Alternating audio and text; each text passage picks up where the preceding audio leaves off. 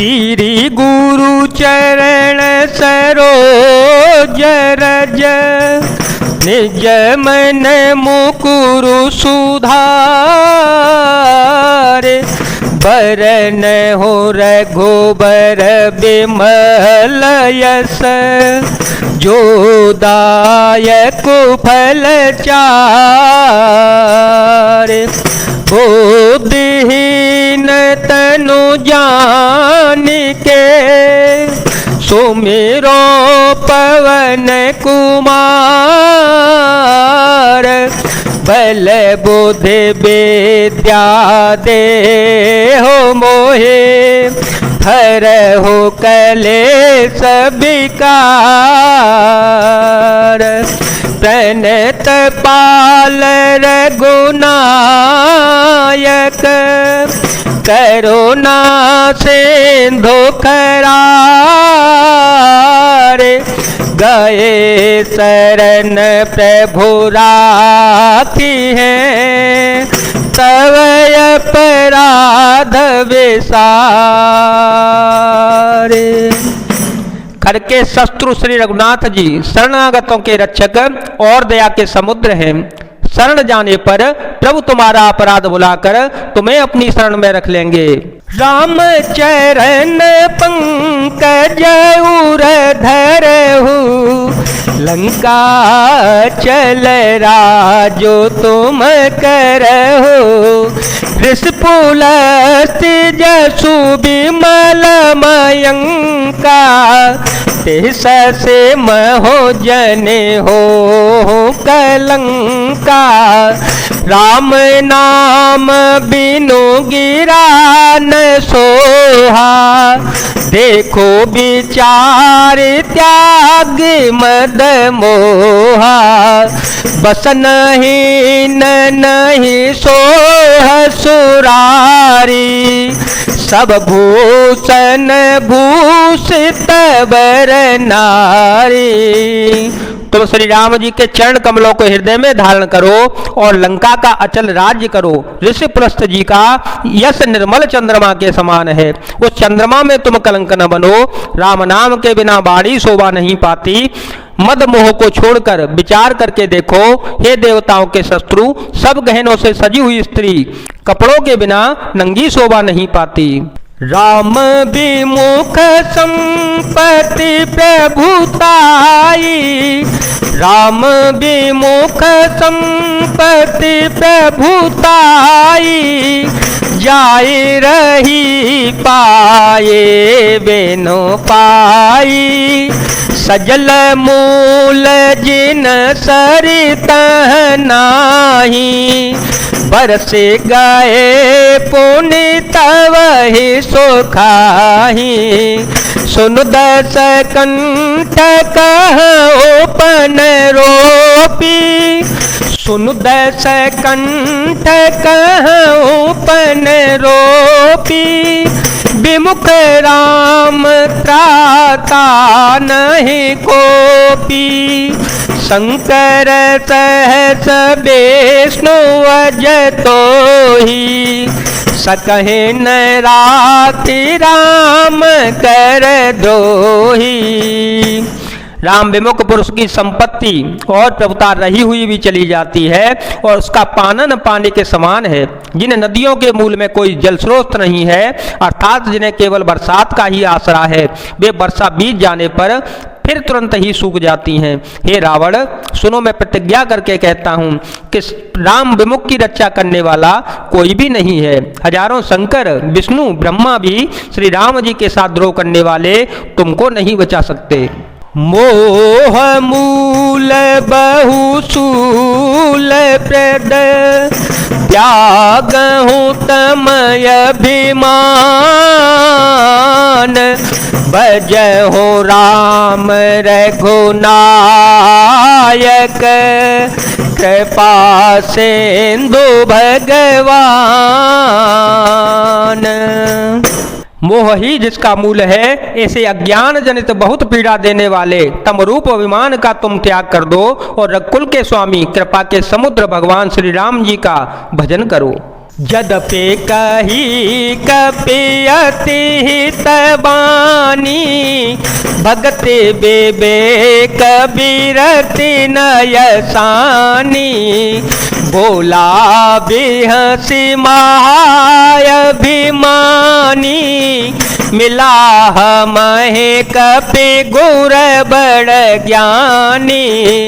मृत्यु निकट आई कल तो ही, मृत्यु निकट आई कल तो ही। लागे सी अधम सिखावन मोही, उल्टा होई कह हनुमाना, उल्टा होई कह हनुमाना। मत भ्रम तोर प्रगट में जाना, मत भ्रम तोर प्रगट में जाना। यद्यपि हनुमान जी ने भक्ति ज्ञान वैराग्य और नीति से सनी हुई बहुत सी हितकारी वाणी कही, तो भी वह महान अभिमानी रावण बहुत हंसकर व्यंग से बोला कि हमें यह बंदर बड़ा गुरु मिला। रे दुष्ट, तेरी मृत्यु निकट आ गई है, अधम मुझे शिक्षा देने चला है। हनुमान जी ने कहा, इससे उल्टा ही होगा, अर्थात मृत्यु तेरी निकट आई है, मेरी नहीं। यह तेरा मत भ्रम का, बुद्धि का फेर है, मैंने प्रत्यक्ष जान लिया। सुन कपि बचन बहुत खिसियाना, सुन कपि बचन बहुत खिसियाना। बेगिन हरहु मूढ़ कर प्राणा, सुनत निशाचर मारन धाये। सच वह सहित विभीषण आए, लाए शीस कर विनय बहुता। नीति विरोधन मारिय दूता, आन दंड कछु करिय गुसाई। सबहि कहा मंत्र भल भाई, सुनत बिहसी बोला दस कंधर। सुनत बिहसी बोला दस कंधर, अंग भंग कर पठइय बंदर। हनुमान जी के वचन सुनकर वह बहुत ही कुपित हो गया और बोला, अरे इस मूर्खता का प्राण शीघ्र ही क्यों नहीं निकाल देते। सुनते ही राक्षस उन्हें मारने के लिए दौड़े। उसी समय मंत्रियों के साथ विभीषण जी वहां आए। उन्होंने सिर नवाकर बहुत विनय करके रावण से कहा कि दूत को मारना अच्छा नहीं है, यह नीति के विरुद्ध है। हे गोसाई, कोई दूसरा दंड दिया जावे।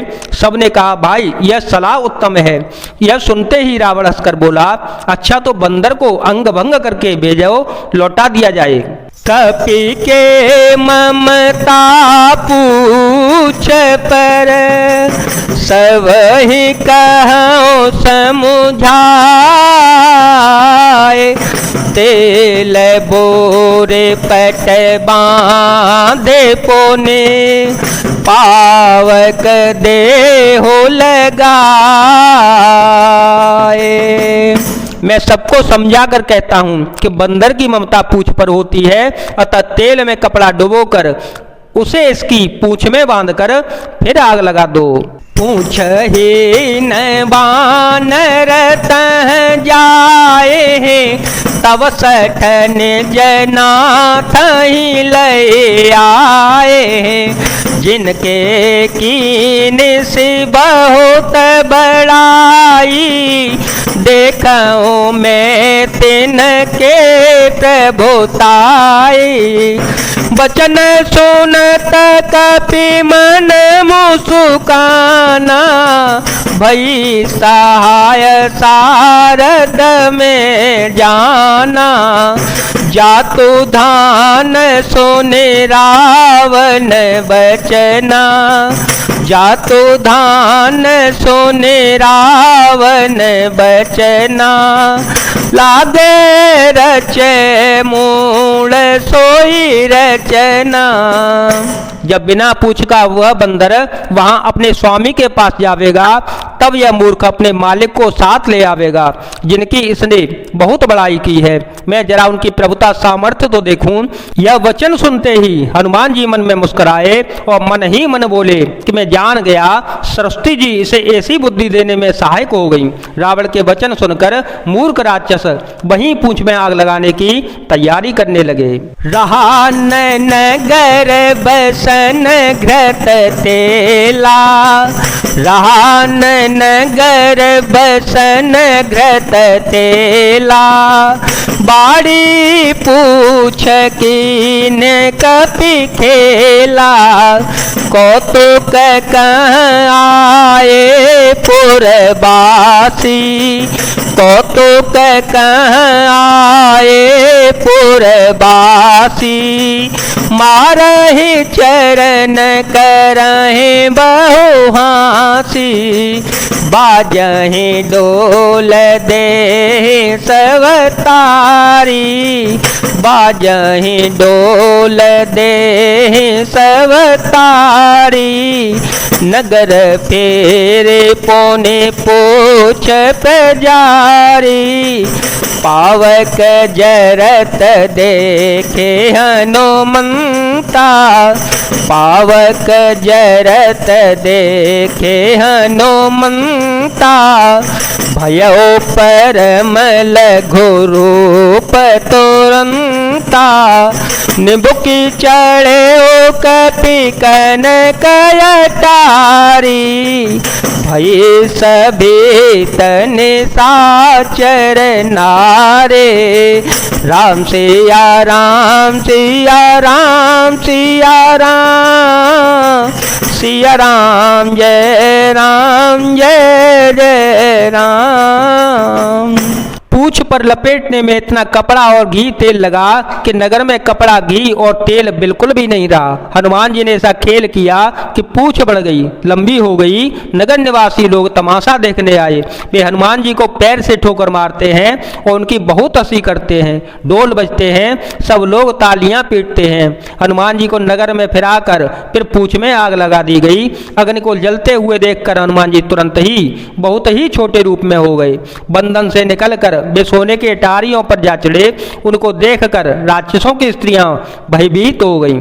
हरे प्रेरित तेहि अवसर, चले मरुतयोन चास, अट्टहास करे गरजा, कपि बड़े लागया कास, राम सिया राम सिया राम सिया राम, सिया राम जय जय राम, सिया राम जय जय राम।